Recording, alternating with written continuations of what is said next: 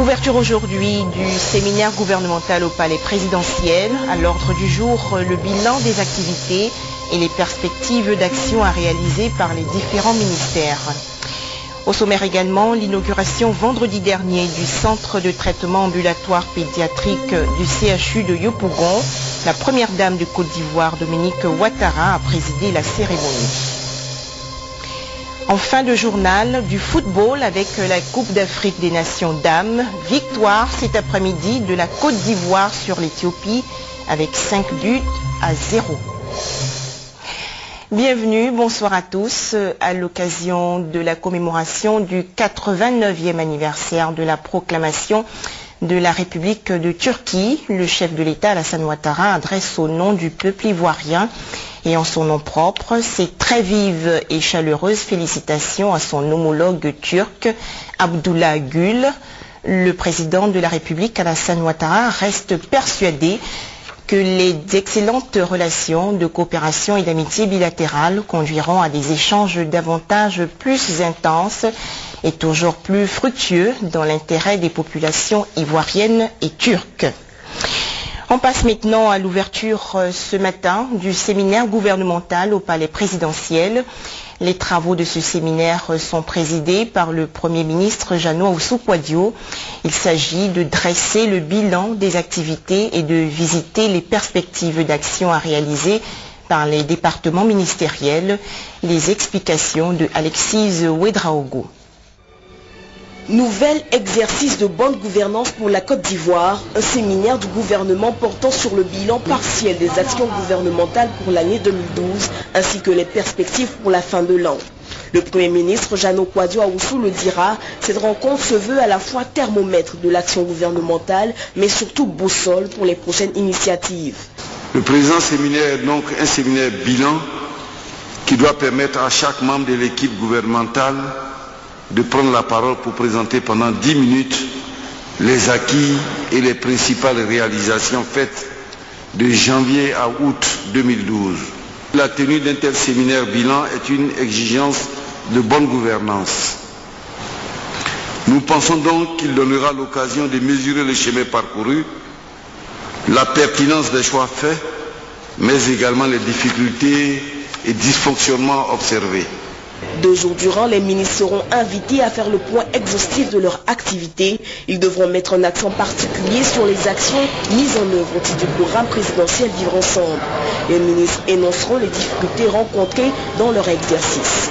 6 grandes thématiques seront visitées au cours de ce séminaire. Elles portent sur la défense, la sécurité et état de droit, l'éducation, la santé, l'emploi, les affaires sociales, l'économie et secteur privé, les infrastructures, l'environnement, cadre de vie, habitat et services publics, et enfin économie touristique, culture, jeunesse et sport. Pour un meilleur suivi de la mise en œuvre des orientations contenues dans le programme du président de la République, il vous a été demandé d'une part de distinguer le cadre général de vos activités par axes stratégiques et d'autre part d'identifier pour les mettre en relief les actes qui traduisent assez spécifiquement la mise en œuvre du programme présidentiel. Le gouvernement ivoirien est engagé depuis sa mise sur pied à la pratique de la bonne gouvernance. L'année 2012 a été marquée par de fortes initiatives, notamment la déclaration de la politique générale du gouvernement devant le Parlement, le forum social et les conclaves avec l'opposition en vue de renforcer l'action démocratique. Le séminaire prendra fin lui mardi avec la lecture des conclusions des travaux par le porte-parole du gouvernement. Il devrait être suivi d'actions concrètes sur le terrain.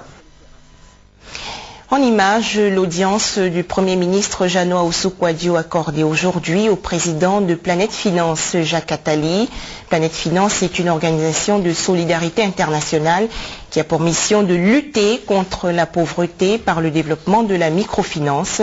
Le président de Planète Finance est donc venu faire le point de la situation de la microfinance en Côte d'Ivoire au chef du gouvernement.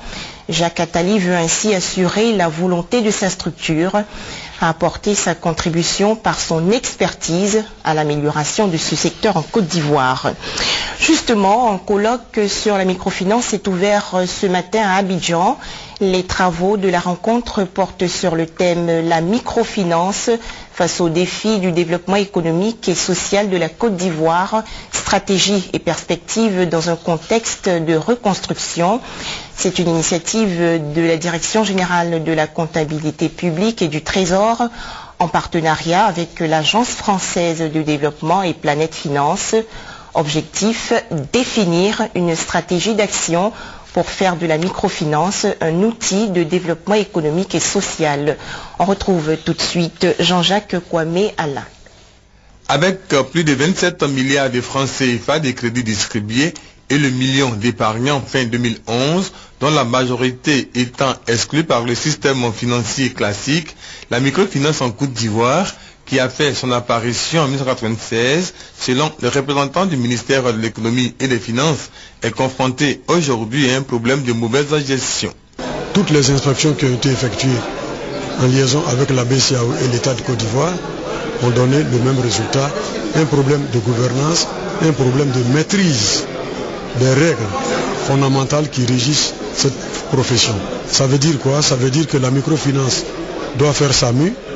La microfinance doit être soutenue, la microfinance doit être améliorée dans ses pratiques actuelles pour permettre aux populations qui ne sont pas prises en compte par le secteur bancaire classique que ces populations-là soient servies par la microfinance.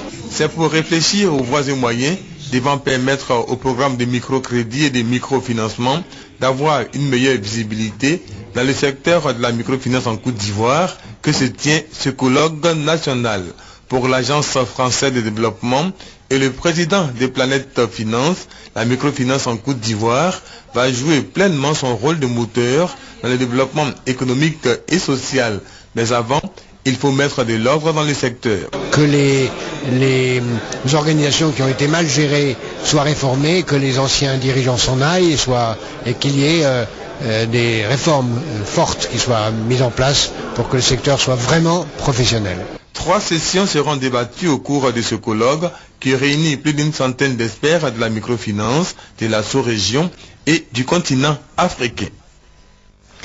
Un autre rendez-vous pour parler d'économie. Le ministère de la Famille, de la Femme et de l'Enfant organise conjointement avec l'Union économique et monétaire ouest-africaine la 5e réunion du comité de coordination du réseau des opératrices économiques des États membres de l'UEMOA.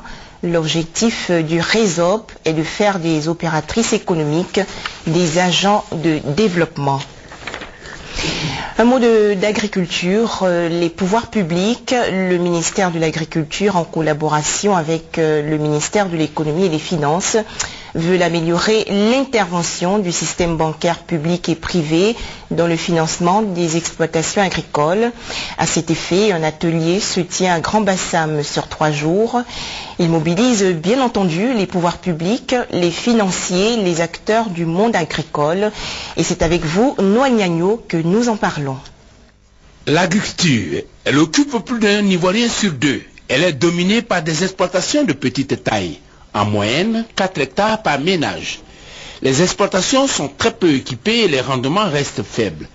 Puis, ces petits exploitants sont exclus du système bancaire public et privé. Les pouvoirs publics, le ministère de l'Agriculture, le ministère de l'Économie et des Finances, en collaboration avec le DGDI, dont de gouvernance et de développement institutionnel, veulent apporter une réponse juste à cette équation d'accès au financement à travers des produits innovants. Les participants à cet atelier issus de l'administration publique, des établissements publics nationaux intervenant dans le secteur agricole, des banques, des interprofessions agricoles du secteur privé et les partenaires techniques et financiers ont 3 jours pour trouver une stratégie susceptible d'améliorer l'intervention du système bancaire public et privé dans le financement des exploitations agricoles et booster ainsi la croissance de l'économie ivoirienne qui reste et demeure liée à la santé du secteur agricole, 25% du produit intérieur brut et 40% des recettes d'exportation. Au chapitre santé, l'inauguration vendredi dernier du centre de traitement ambulatoire pédiatrique du CHU de Yopougon. C'est un centre spécialisé dans la prise en charge de l'infection du VIH chez l'enfant. La cérémonie d'inauguration a été présidée par la première dame de Côte d'Ivoire, Dominique Ouattara. Reportage Patricia Oumou-Etia. L'inauguration du centre de traitement ambulatoire pédiatrique du CHU de Yopougon consacre le fonctionnement officiel de celui-ci. Selon la ministre de la Santé et de la lutte contre le sida, 63 000 enfants infectés par le VIH-Sida ont été enregistrés en 2009 et 2010. L'inauguration du centre revêt donc un caractère particulier. Le VIH-Sida touche autant les hommes, les femmes que les enfants. Et en Côte d'Ivoire, la prise en charge pédiatrique restait le maillon faible. Parce que ce n'est pas évident d'abord de faire le diagnostic sur l'enfant, ensuite de faire suivre un traitement à un enfant, surtout un enfant en bas âge. Et même quand l'enfant est adolescent, il y a des difficultés de prise en charge. Donc au plan des infrastructures, on n'avait pas de structure vraiment spécialisée dans cette prise en charge pédiatrique. Démarré en octobre 2010, les travaux du centre se sont achevés en février 2012. L'équipement du centre s'est fait en mars 2012 ainsi que la mise à niveau du personnel. Les activités de prise en charge des enfants ont commencé le 2 avril 2012 avec une équipe de 32 personnes. Le centre de traitement ambulatoire pédiatrique du CHU de Yopougon a été baptisé du nom du professeur Timothée Marguerite en reconnaissance de son dévouement et son engagement personnel dans la prise en charge des enfants infectés par le VIH-Sida. 18 ans, c'est l'âge légal du mariage de la jeune fille et pourtant, selon l'Organisation nationale pour l'enfant, la femme et la famille, l'ONEF, on assiste en Côte d'Ivoire à une autre réalité avec les mariages précoces ou forcés. Pour y remédier, l'ONEF, soutenu par les agences des Nations Unies et le ministère de la Famille, de la Femme et de l'Enfant, appelle à l'application stricte de la loi. Les explications de Marie-Laure Ngouran. En classe de seconde, lorsque mes parents ont décidé que j'arrête mes études pour me marier, comme toute la famille était pour le mariage, j'étais sans soutien. Donc j'ai décidé de venir ici à Abidjan. Échapper de justesse au mariage précoce. La chance, cette jeune fille qui a 19 ans aujourd'hui le sait, elle en a eu plus que ces nombreuses jeunes filles mariées de force avant l'âge légal, c'est-à-dire 18 ans, à des adultes, souvent à des vieillards. À l'occasion donc de la Journée internationale de la jeune fille instituée par les Nations Unies, l'ONEF, l'Organisation nationale pour l'enfant, la femme et la famille, le ministère de la Famille, de la Femme et de l'Enfant et les agences des Nations Unies, notamment l'UNFPA, l'UNICEF, l'ONU-Femmes, ont décidé de mener le combat ensemble pour l'abolition des mariages précoces et forcés en Côte d'Ivoire. Les petites filles n'ont pas atteint l'âge d'être mariées. Elles peuvent être précoces. Mais le fait d'être précoce ne veut pas dire qu'elles sont majeures pour être mariées. Une petite fille comme ça, parce que précoce qui se marie, elle a la chance de mourir en couche. Elle a la chance de faire des morts-nés. Elle a la chance d'avoir des fistules. Les traditions sont tellement ancrées qu'on a l'impression que ça fait partie de la vie même des gens. C'est une erreur. Je voudrais demander aux parents d'essayer de faire l'effort maintenant, de donner un minimum d'instruction et d'éducation à leurs enfants, de permettre à ces filles-là et ces petits garçons-là de s'épanouir au milieu d'autres enfants qui vont à l'école. L'ambition est donc affichée, respecter la loi en imposant le mariage des filles à 18 ans minimum, poursuivre devant les juridictions les auteurs des mariages précoces ou forcés qui constituent une menace pour la santé et la survie de la jeune fille. En marge du forum organisé par l'Union internationale des télécommunications du 14 au 18 octobre dernier à Dubaï, la délégation ivoirienne conduite par le ministre de la Poste et des TIC, Bruno Koné, a rencontré les autorités émiraties. Les échanges ont porté sur la coopération entre la Côte d'Ivoire et les Émirats arabes unis. Le compte-rendu de Lansina Ouattara. C'est dans l'un des buildings de la Jumeirah Emirate Tower qu'a eu lieu l'audience accordée par Rim Al-Hashimi, ministre d'État émirati, au ministre ivoirien de la Poste et des TIC. Au cours de cette audience à laquelle on prépare l'ambassadeur de Côte d'Ivoire en Arabie Saoudite, Touré Vazoumana, et le directeur général de l'Agence des télécommunications de Côte d'Ivoire, Bilé Djemeleou, plusieurs sujets ont été abordés, notamment la coopération entre les deux États. La ministre émirati a remis officiellement une lettre de demande de soutien de la Côte d'Ivoire pour la candidature de la ville de Dubaï à l'exposition universelle de 2020. La crise au Mali, les questions humanitaires et le développement ont été aussi abordées. Selon la ministre, les Émirats arabes unis sont prêts à soutenir le président ivoirien, président en exercice de la CEDEAO, qui s'est engagé depuis le début de la crise malienne à trouver une solution. Au nom de son pays, Rim al-Hashmi a exprimé la volonté des autorités émiraties d'accueillir le président Alassane Ouattara lors d'une prochaine visite officielle. Conscient du rôle central de la Côte d'Ivoire en Afrique de l'Ouest et dans la zone UEMOA, Obaïd Al-Tayer, ministre des Finances des Émirats arabes unis, a tenu à rencontrer également le ministre ivoirien. Lors de cette audience, il a été question de reconstruction et d'appui à la Côte d'Ivoire qui sort de crise. Les Émirats se disent engagés à investir dans divers domaines dans un pays à fort potentiel. Les élections législatives partielles sont prévues pour le 3 février 2013 et 3 semaines après le scrutin, les électeurs vont se rendre aux urnes pour choisir leurs conseillers municipaux et régionaux. C'est dans ce cadre qu'une délégation du Programme des Nations Unies pour le développement et l'opération des Nations Unies en Côte d'Ivoire a eu le 3 octobre dernier une séance de travail avec la Commission électorale indépendante à son siège. Le point avec Mamadou Kouassi. La délégation du Programme des Nations Unies pour le développement et de l'ONUCI, conduite par Priya Garach, a dit être venue s'informer sur l'état d'avancement des préparatifs des élections législatives partielles et locales annoncées pour février 2013. Selon Youssouf Bakayoko, président de la Commission électorale indépendante CEI, sa structure est engagée sur tous les fronts pour faire de ces élections un succès. Le président de la CEI souhaite le concours financier et logistique du système des Nations Unies, parlant du mode opératoire des élections locales. Youssouf Bakayoko expliquera à ses hôtes que son institution a retenu plusieurs points. Reconduction des lieux et bureaux de vote ayant servi pour le scrutin présidentiel et les scrutins législatifs. Mise en place de 2 urnes et de 2 listes d'émargement distinctives dans chaque bureau de vote. Une de chaque type d'élection, conseillers régionaux et conseillers municipaux. Et le renforcement des équipes d'agents électoraux, 5 au lieu de 3, par bureau de vote. Différenciation marquée des bulletins de vote, celui destiné au vote des conseillers municipaux étant totalement différent de celui servant au vote des conseillers régionaux. Collecte et traitement différencié des résultats des 2 scrutins, l'un après l'autre. Toutes ces mesures, a poursuivi le président de la CEI, feront l'objet d'une vaste campagne de formation, de sensibilisation et de communication au profit des électeurs et des candidats.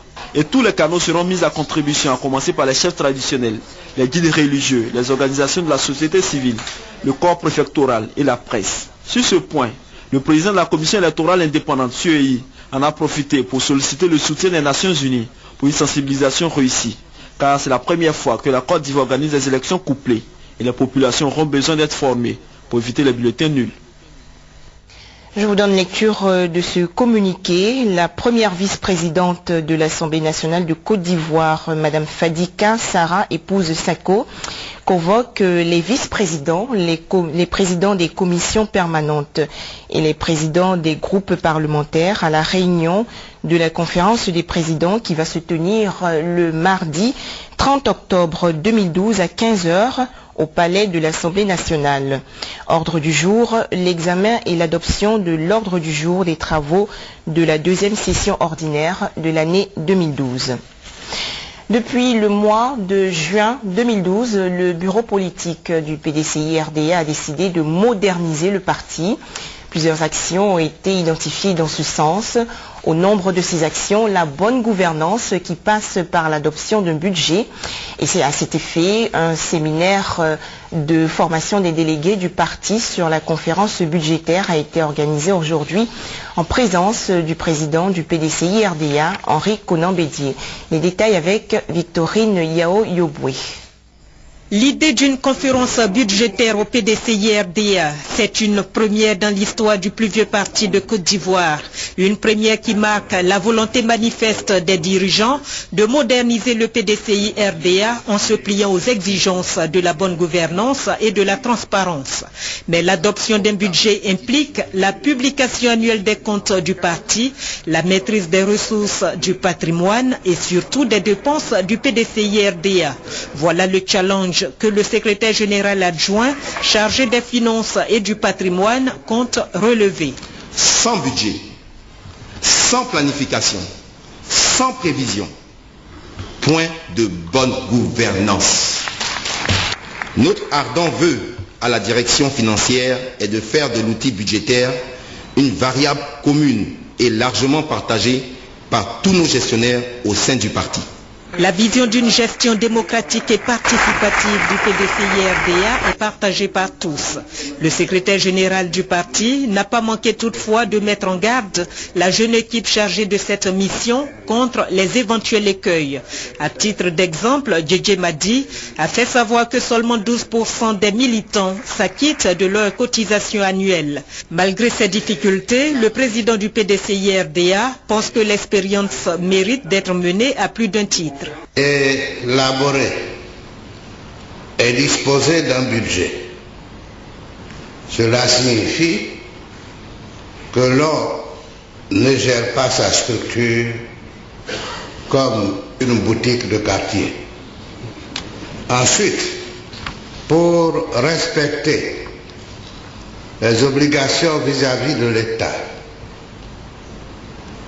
le PDCI-RDA doit se doter d'une bonne organisation comptable et une organisation financière à même de produire les documents financiers requis. Le parti pourra, ce faisant, reposer sur des bases financières solides. Je souhaite que vous apportiez tous, parce que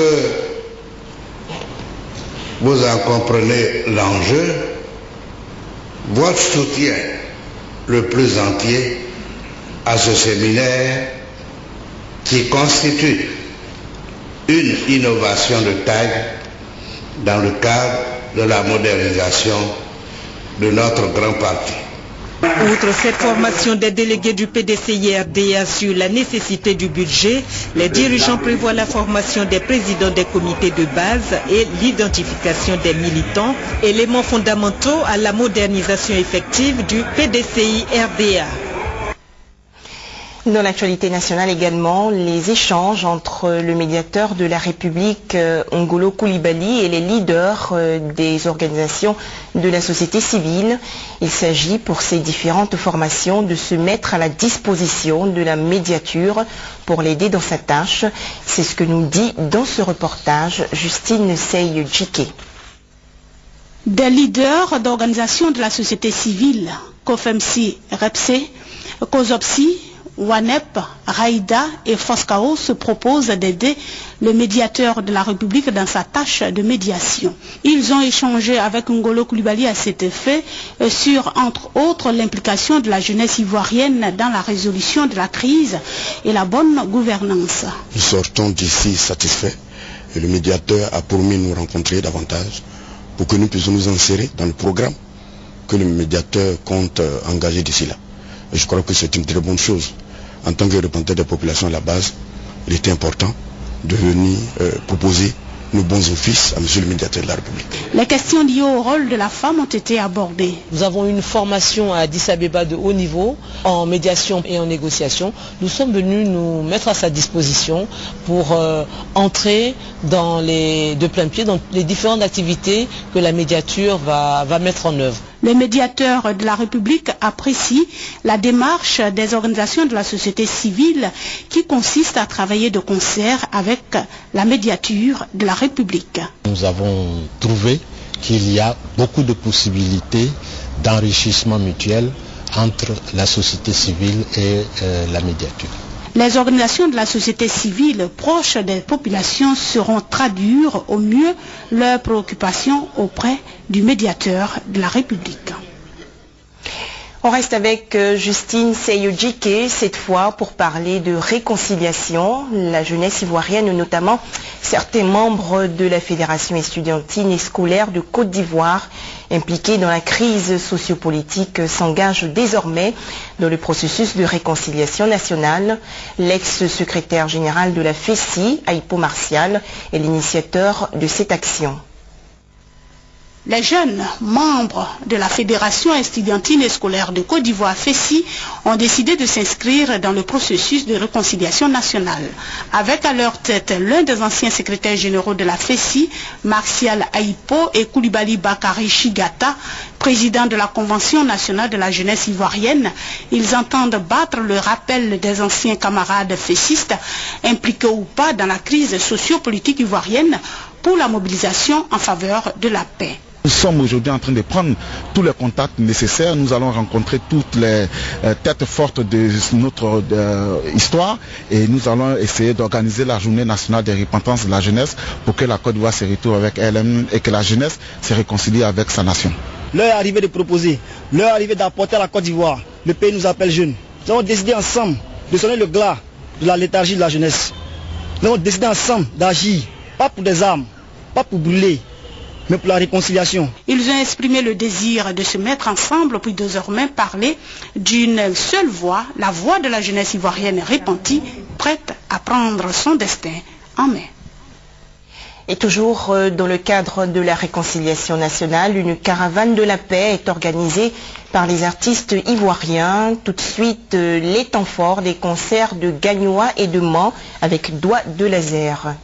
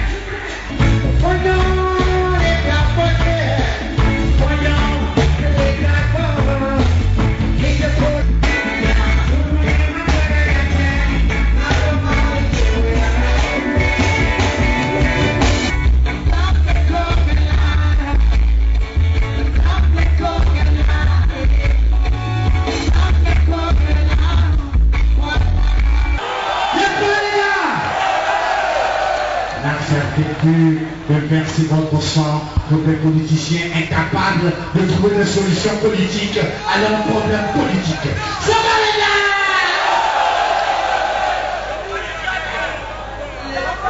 Les salauds ont mis le feu à mon paradis. Les salauds ont mis le feu au paradis.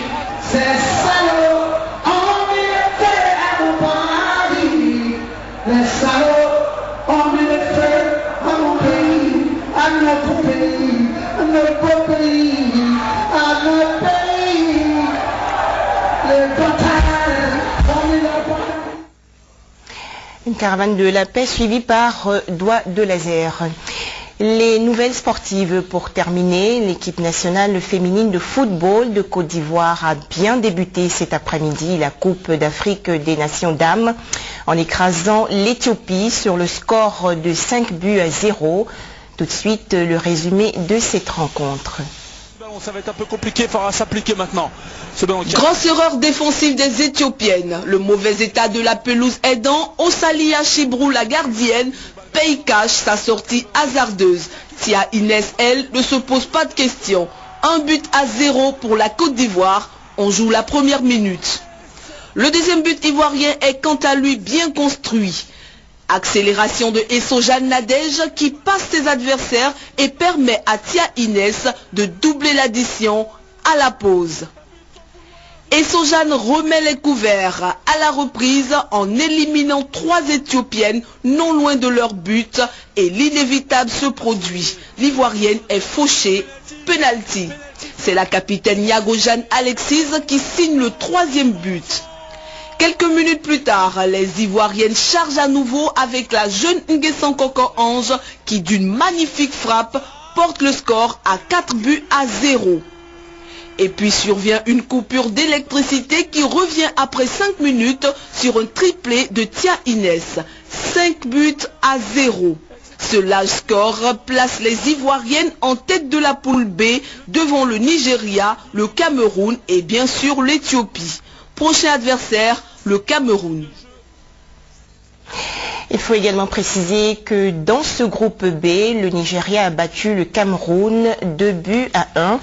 Et comme l'a signifié Cathy Touré à l'instant, le jeudi 1er novembre prochain, la Côte d'Ivoire va affronter le Cameroun. Et c'est la fin de cette édition, mais on se retrouve demain à 23h précise.